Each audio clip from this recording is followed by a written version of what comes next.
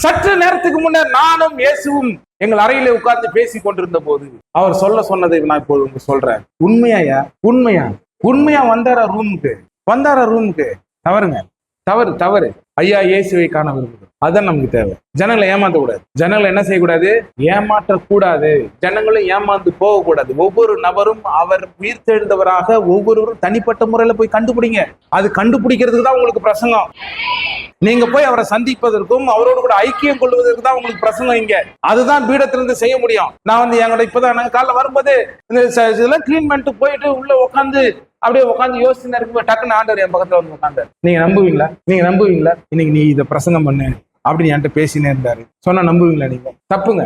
நாம் ஒவ்வொருவரும் தேவனை அறியக்கூடிய அறிவு நம்ம ஒவ்வொருவருக்கும் உண்டா இருந்ததுன்னா இப்பேற்பட்டதான மூடத்தனமான பேச்சுகளுக்கு நம்ம இடம் கொடுக்கணும். நான் சொல்றது புரியுது உங்களுக்கு?